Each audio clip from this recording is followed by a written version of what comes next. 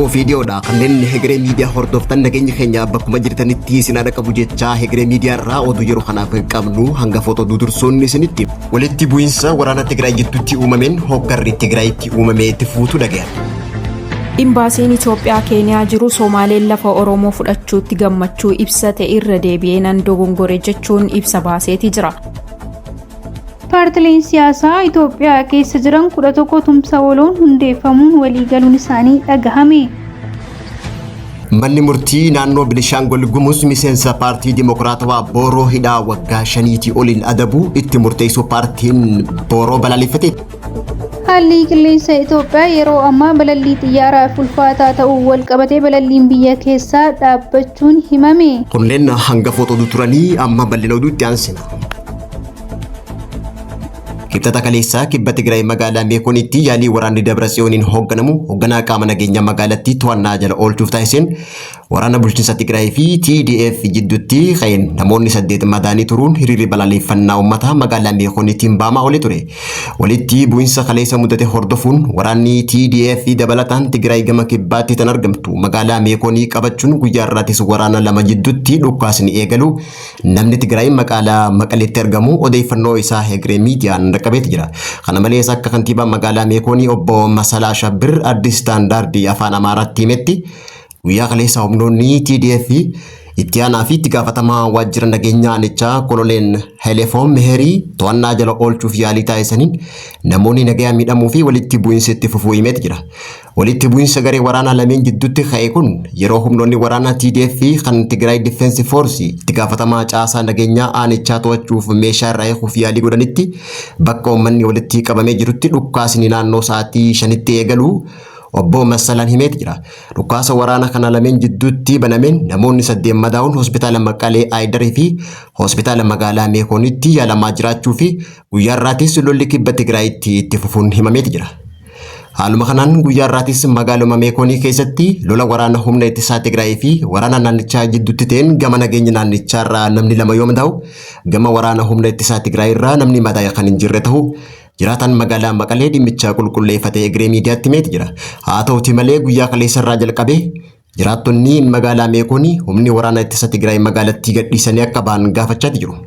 Tarkaanfii waraanni TDF kanaan pirezidaantiin bulchiinsa yeroo naannichaa dhiibbaa TPLFtiin aangoo gadhiise obbo Geetaachoo Raddaa yaada kennachuun hagayya 19 kibxata kaleessaa Hegeree Miidiyaan gabaasuun ni yaadatama. Imbaasiin Itoophiyaa Keeniyaa magaalaa Naayiroobiitti argamu caasaa haaraa naannoon Somaalee lafa Oromiyaa irratti labse deeggaree kaleessa ibsa baasee tureen baga gammaddan jechuu ofiifis gammachuu ibsachuun karaa miidiyaa hawaasaa isaa irratti maxxansuun kibxata kaleessaa Hegeree Miidiyaan gabaasuun ni yaadatama. Haa ta'utii malee qeeqaa fi komii isaa mudateen guyyaa har'aa ibsa lammaffaa baaseen ammas dogoggora biraa seeneeti jira. Imbaasichi ibsa lammaffaa baaseen dhiifama gaafatus ibsi imbaasichaa guyyaa har'aa bahes dogoggora lammaffaa kan qabu hoggaa ta'u kaleessa lafa Oromiyaa kan ta'e aanaa Gurra Dhamoolee lafa naannoo Somaalee fakkeessuun kan naannoon Somaalee godina Gurra Dhamoolee jedhe moggaafatee deeggaree ibsa erga baasee booda kaleessa deebisee haqeeti jira. Har'a ammoo Gurra Dhamoolee kan Oromiyaa keessa jiru gartokkeen akka waan naannoo Somaalee keessa jiruutti ibsuun sirreeffama jedhee ibsichi baasee dogoggora lammaffaa ta'eera. Dhimma kanaan wal qabsiisee xiinxalaan siyaasaa obbo Jawaar Mohammad Imbaasiin ibsa kana akka kaasuu taasifamus kun mul'ataa fi kallattii mootummaa federaalaa agarsiisa jechuudhaan qeeqeeti jira. Akkasumas qondaalli adda bilisummaa Oromoo duraanii obbo Ibsaa Naga'oo ofii daddabanii rabbi hin sakkaban jechuudhaan sarara lamaan ibsa imbaasichaa malee daba mootummaan daangaa lafa Oromiyaa dabarsee kennuu agarsiisu ta'uu qeeqeeti jira. Dhimma kana ilaalchisee gama mootummaa naannoo Oromiyaatii hanga ammaatti wanti jedhamee hin jiru.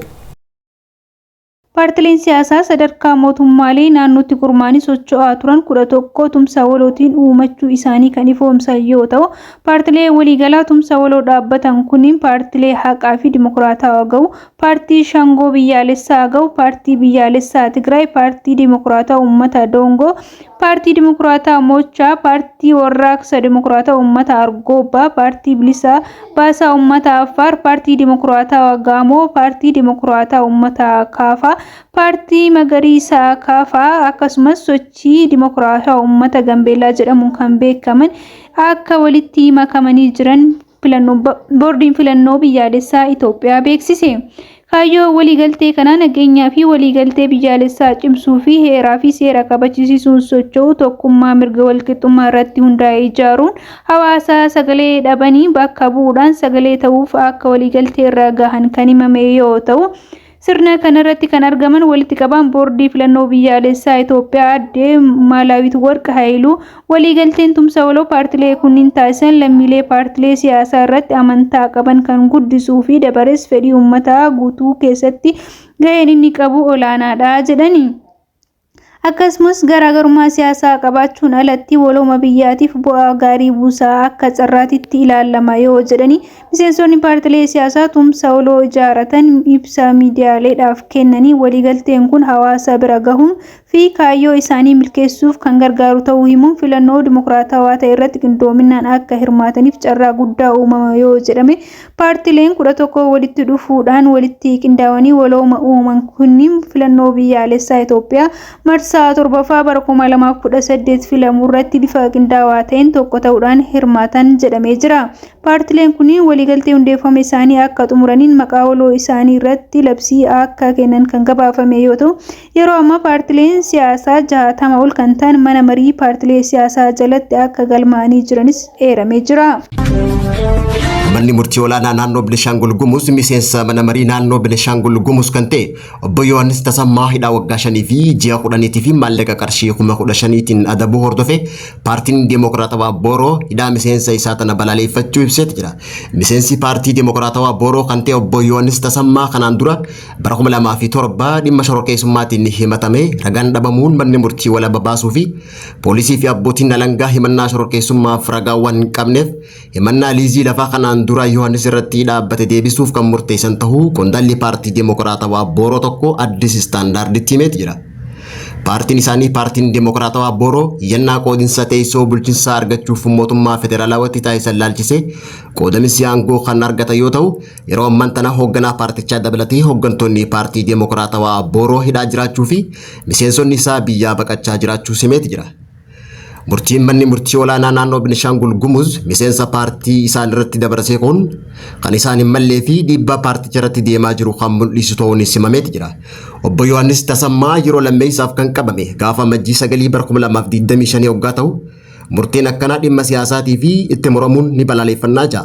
Kana malees miseensonni paartii Dimokiraatawaa Booroo hedduun sodaa irraa kaka'ee dhaabicha gadhiisuuf dirqamuu fi dhiibbaan tun carraa filannoo fuulduraa jiru mo'achuuf akka hin taasifne kan nurratti taasifame jechuudhaan ibsee jira. Daandiin xiyyaara Itoophiyaa ibsaa baaseen maamiltoota dhiifamaa kan gaafate yoo ta'u, haalli qilleensa Itoophiyaa yeroo ammaa rooba cimaa fi hurriin kan wal makate ta'uu isaatiin wal qabatee balalliiwwan biyya keessaa geggeessuu akka hin dandeenye daandichi beeksisee jira. Imaltoonni daandii qilleensaa Itoophiyaa fayyadamuun biyya keessa deddeebi'an haala yeroo ammaa jiru wal qabatee rakkachaa jiraachuu kan kaafame yoo ta'u, keessumaayyuu sababa rakkoo nageenyaatiif konkolaataadhaan iddoowwan garaagaraa keessa deddeebi'uun rakkisaa ta'uu isaatiin wal qabatee imaltoonni xiyyaaraan deddeebi'aa kan turan yoo ta'u, yeroo ammaa kana haalli qilleensaa biyyattii roobaa fi hurriidhaan uumamu wal qabatee xiyyaarri biyyattii keessa deddeebi'uu waan hin dandeenyeef imalli isaanii danqamee jiraachuun himamee jira. Daandiin qilleensaa Itoophiyaa ibsaa baaseen imaltoota dhiifamaa gaafachuun hanga qilleensi biyyattii tasgabbaa'uu fi duumessi hurrii wal makate xiqqeechaa hanga dhufutti balalliin biyya keessaa akka hin jirre himuun kunis nageenya imaltootaaf ta'u erga baasee booda obsaan imaltoonni akka eegan gaafachuu isaa Itiyoo Fooram irraa odeeffanne.